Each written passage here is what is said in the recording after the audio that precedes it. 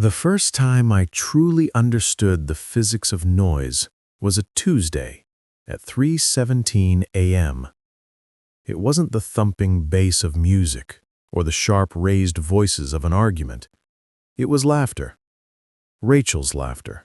A sound that had once been a pleasant, melodic thing in the hallway, now twisted into something else by the man who caused it.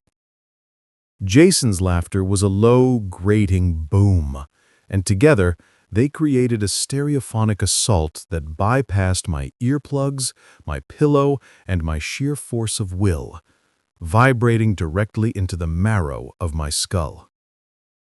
I lay there, in the sweat-damped crater of my mattress, and felt the ceiling above me become a living entity.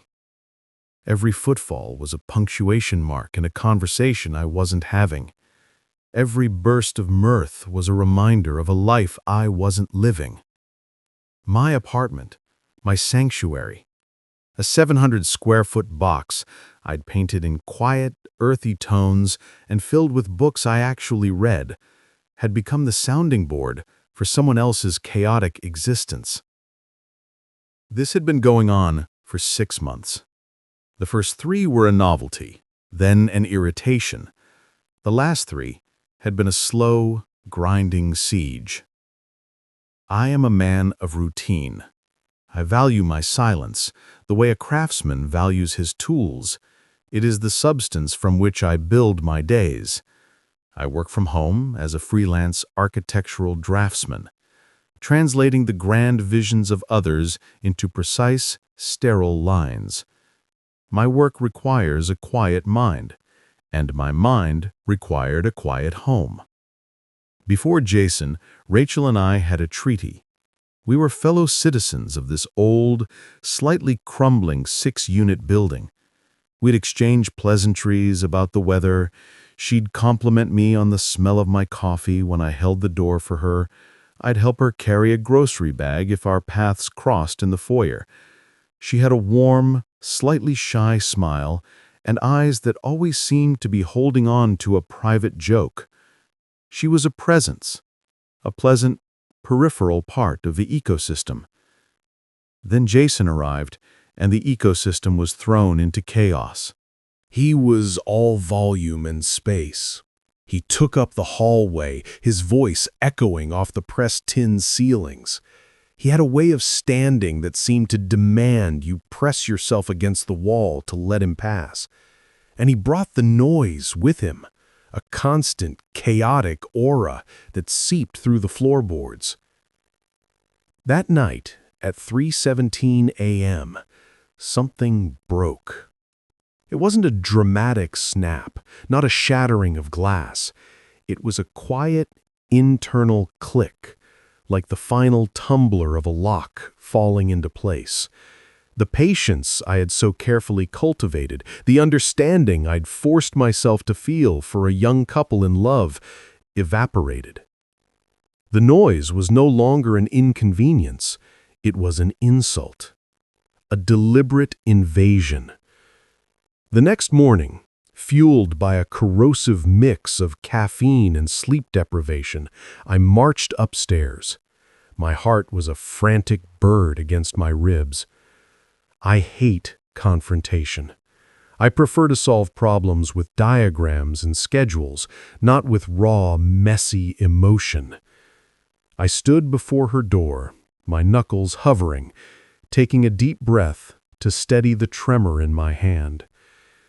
I knocked. The sound was meek, pathetic. I cursed myself and knocked again, harder. The door swung open, and Jason filled the frame. He was bare-chested, wearing only a pair of low-slung sweatpants. He smelled of stale beer and cigarettes. "Yeah?" he grunted, his eyes bleary. Over his shoulder, I saw Rachel.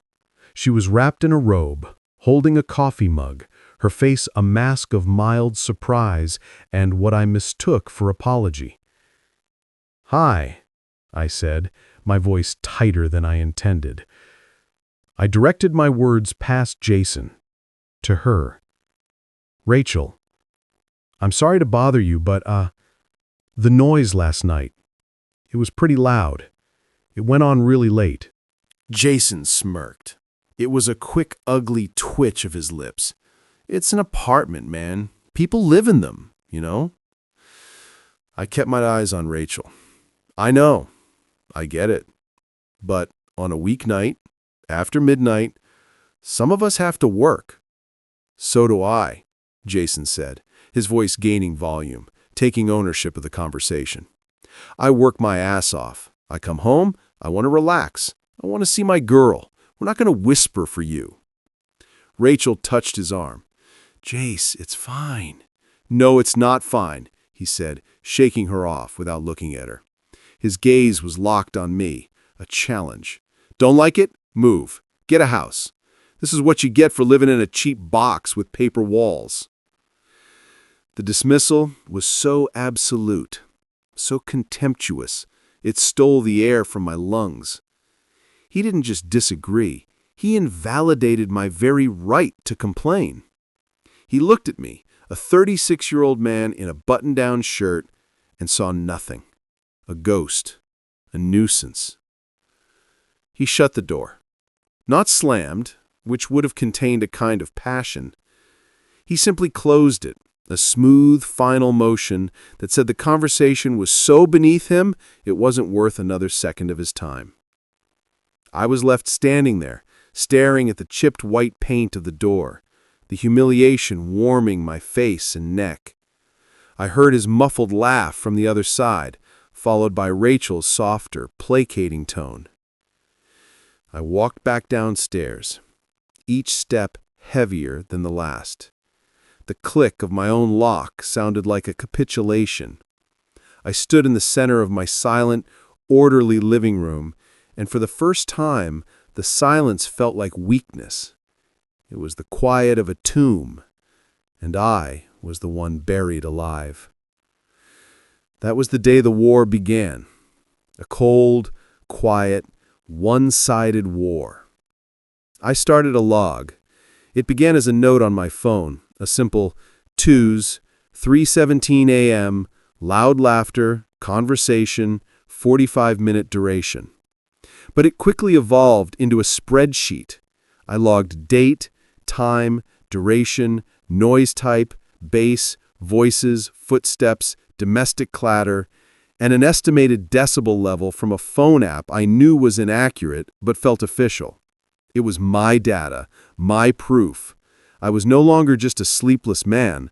I was a researcher, documenting an infestation. After 2 weeks of meticulously recorded disturbances, I emailed the file to my landlord, Mr. Arcady. I wrote a calm, rational, and thoroughly passive-aggressive letter detailing the ongoing and significant disruption to my right to quiet enjoyment of the premises. I cited clauses for my lease I'd never before had to read. Mr. Arcady, a man who communicated primarily through grunts and checks cashed, replied 2 days later, "I will look into it." Nothing changed. The data continued to accumulate. The blue and red bars on my spreadsheet grew like a toxic bloom. My frustration curdled into something harder, sharper. I was being ignored. By Jason, by Rachel, by the landlord. My polite society had collapsed, and I was left in the rubble. If they wouldn't listen to a polite request, and they wouldn't listen to a formal complaint, they would have to listen to something else.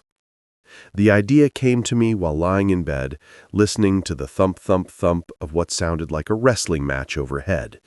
There was a heating vent in my bedroom, an old, cast-iron monstrosity that connected directly to a similar vent in their living room. It was a perfect conduit. The next day, I went to an electronics store and bought a small, powerful Bluetooth speaker. It was a sleek, black disc, innocuous and modern.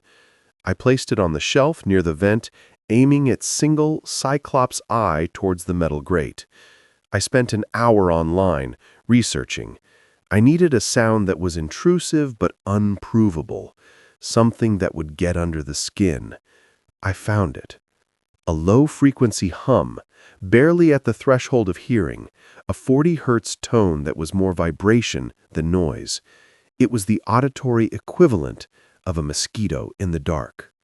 The first time I used it, my hands were shaking. Their music started, a percussive beat that made my framed prints rattle. I took a deep breath, opened the app on my phone, and pressed play. Nothing, or rather, almost nothing. To my ears, in my apartment, it was a faint, almost subliminal pressure. But I felt it. I felt it in my teeth. I imagined it snaking its way up the vent, a invisible serpent of annoyance coiling into their space. They didn't turn their music down, not that time, but I had pressed a button. I had exerted a force. The balance of power, infinitesimally, had shifted. It was my turn to make some noise. The speaker became my Excalibur. For a week, I conducted my sonic warfare with the precision of a battlefield tactician. The moment their noise began, my low hum would answer. I'd watch the clock, never letting it run for more than 20 minutes at a stretch. Then I'd turn it off, leaving a void where their noise now seemed even more obnoxious. I was gaslighting them with sound. The first sign it was working was the stomp, a heavy, deliberate thump from above, directly on the floor. It was Jason's fist or his heel, a brutish Morse code for stop it. A thrill, cold and sharp, shot through me. He'd heard. He was annoyed. He was powerless. I began to vary my attacks. I found audio files of a dripping faucet, played on a loop. I downloaded the sound of a far-off alarm clock that never got switched off. I never played anything loud, nothing that could easily be identified or located.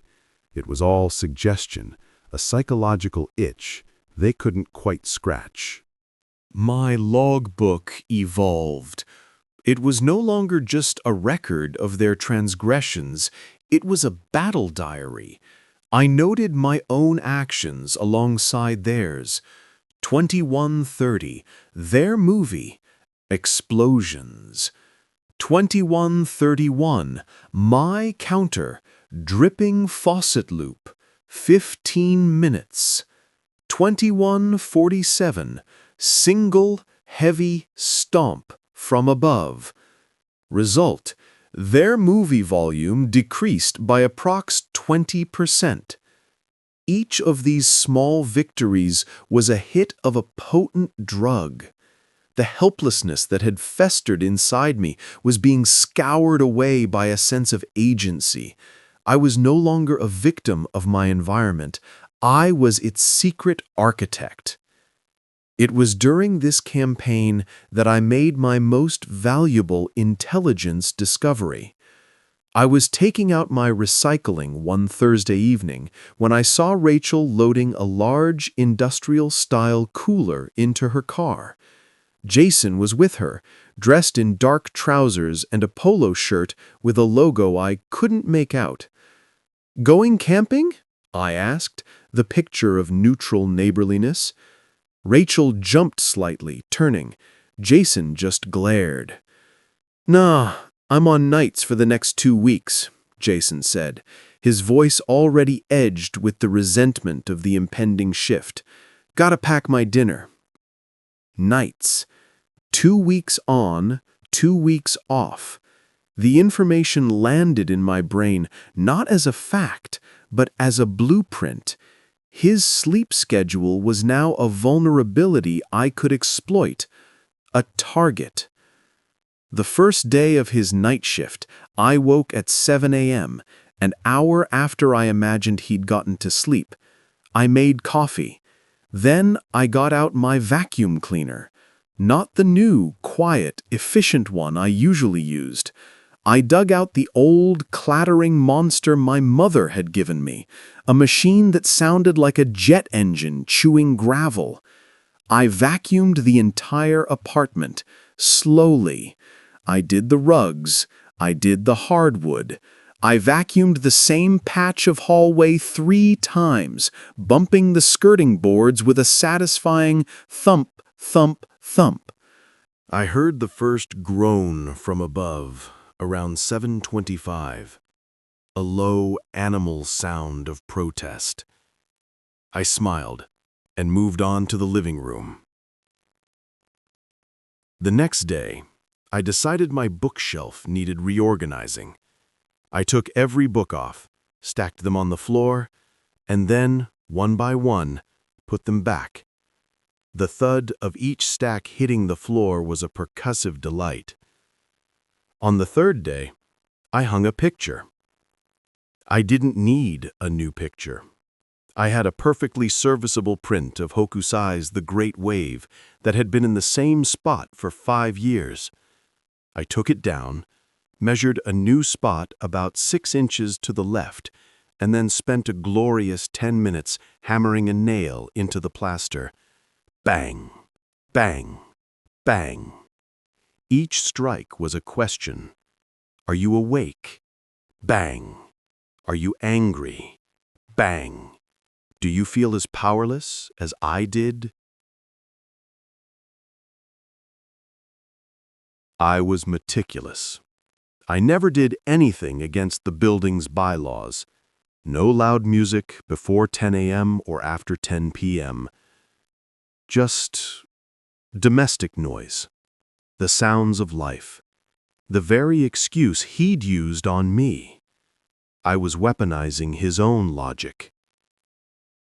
The atmosphere in the building changed. The brief, chilly encounters in the hallway ceased altogether. When I saw Rachel, she looked through me, her face pale and drawn. There were shadows under her eyes that mirrored my own. I felt a flicker of something, guilt perhaps, but I quickly snuffed it out. She was complicit. She stayed with him. She allowed this. She was the civilian population in a war started by their leader, and collateral damage was inevitable.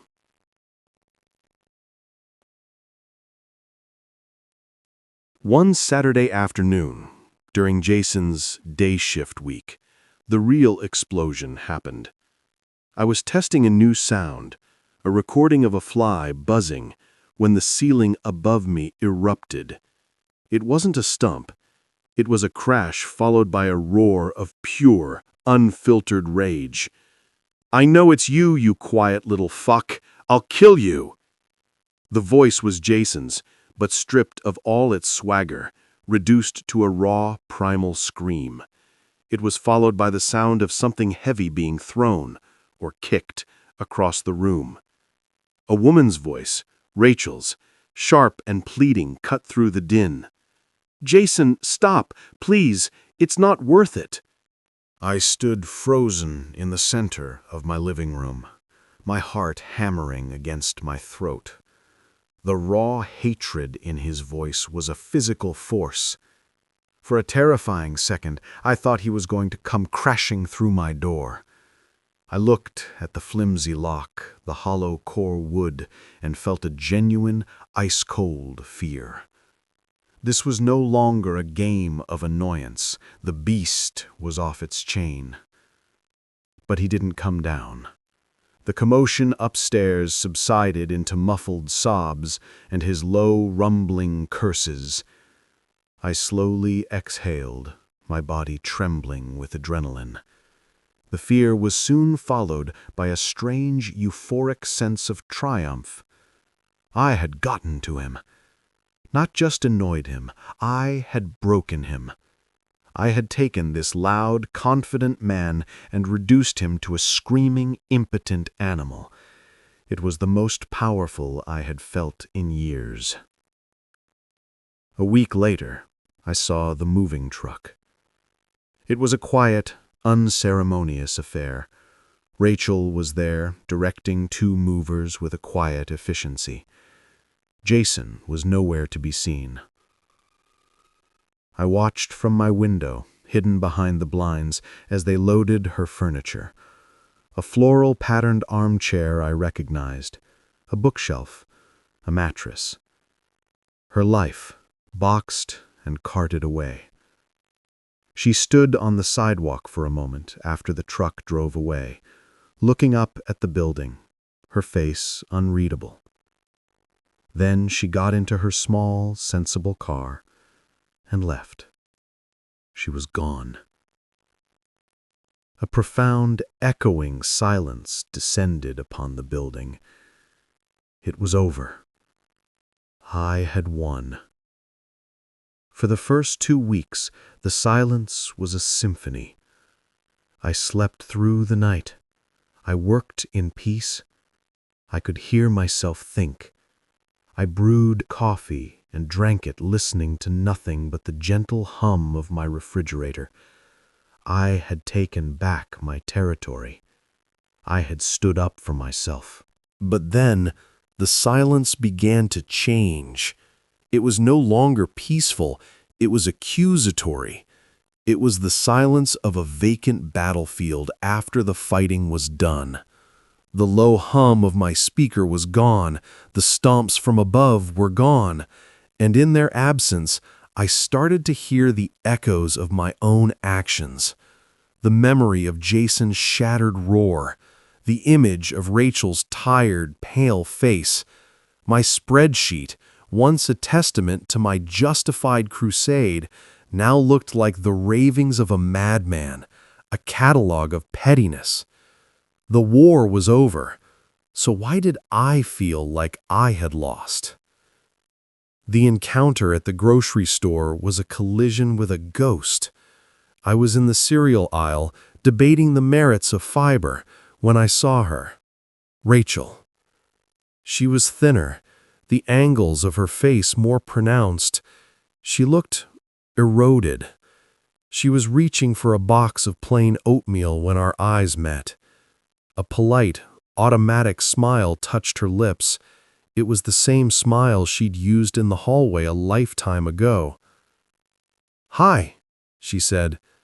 Her voice was soft, lacking its former melody. "Rachel, hi." I felt a hot flush creep up my neck. My cart seemed like a ridiculous, bulky barrier between us. "I saw you moved out." "Yeah," she said, her gaze dropping to her half-empty basket. It was time for a change. An awkward silence stretched between us, filled by the store's tinny music. I felt a desperate need to say something, to bridge the chasm I had helped to dig. "It's, a lot quieter now." She looked up at me then, and her eyes were not accusing, not angry.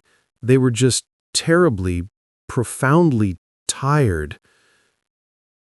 "I didn't know it was you making the noise." The confession landed like a physical blow. I opened my mouth to say something, to explain, to justify, but no sound came out. "Jason," she continued, as if confessing to a priest, "he thought it was the people upstairs, the new couple in 3B. He lost it a few times." She let out a shaky breath. "Really lost it. Broke a couple of things. A lamp. A door." My mind conjured the image. Jason, wild-eyed, smashing his fist through a door, the splintering wood, Rachel cowering. All while I sat downstairs, smugly adjusting the volume on my speaker. Then, she did something that shattered the last remaining illusion of my victory. She pushed up the sleeve of her cardigan, just an inch, revealing the pale skin of her inner wrist. There, a faint yellowing bruise, the unmistakable imprint of a thumb and forefinger, stood out like a brand. My stomach liquefied. The air left my lungs. The neatly constructed narrative of my righteous war crumbled into dust, revealing the ugly, unintended truth beneath. She let the sleeve fall back, her gesture of a profound resignation. "I'm glad it's quiet now," she said softly, and the words were not a statement of fact, but a benediction for a nightmare she had survived. She gave me one last unreadable look, then turned and walked away, her sneakers making no sound on the polished linoleum. She left me standing there, cold to my very core, surrounded by the bright, cheerful packaging of 100 different breakfasts. I wanted to run after her. I wanted to scream. I didn't know. I just wanted him to understand. I just wanted the noise to stop. But the words were ash in my mouth. What would they change? My intentions were irrelevant. The consequences were real. They were etched in a fading bruise on her wrist. I hadn't been fighting a monster. I had been sharpening its claws. I had provided the friction that ignited his fuse, and she had been standing in the blast radius. I don't remember driving home. I don't remember putting the groceries away.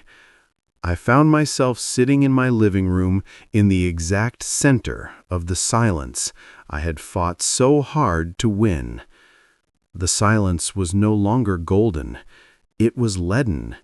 It was heavy with the weight of my own culpability. I looked around my perfectly ordered apartment. The clean lines, the neatly shelved books, the dust-free surfaces. It was the lair of a meticulous, careful man. A man who solved his problems with spreadsheets and Bluetooth speakers. A man who waged a clever, bloodless war from a safe distance, never once considering the collateral damage. I thought I was standing up for myself. I thought I was fighting for my peace.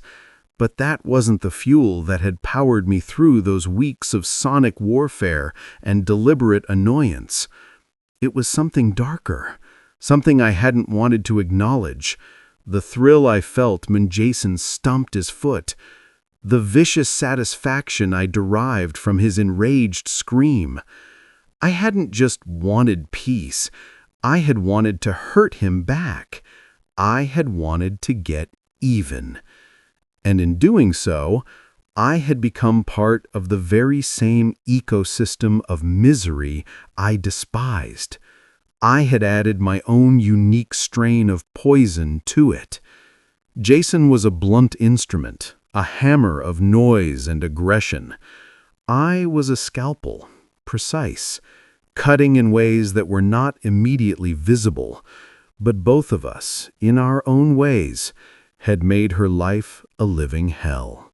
I had wanted to be heard.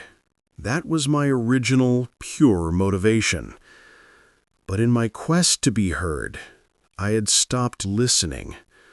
I had stopped listening to the pleading in her voice in the hallway. I had stopped seeing the exhaustion on her face. I had been so focused on the noise from above that I had become deaf to the human being caught in the middle of it. The revenge had been satisfying. The justice had felt earned. But now, sitting in the absolute quiet, I understood the true cost of my victory. I had gotten my peace, but the price for it was a piece of my own humanity. And the silence that remained was the sound of that missing piece, echoing forever in the space he left behind. Have you ever taken a stand only to realize the moral ground you were standing on had turned to quicksand? The line between justice and vengeance is often thinner than an apartment wall. Subscribe for more stories that explore the unexpected consequences of our choices.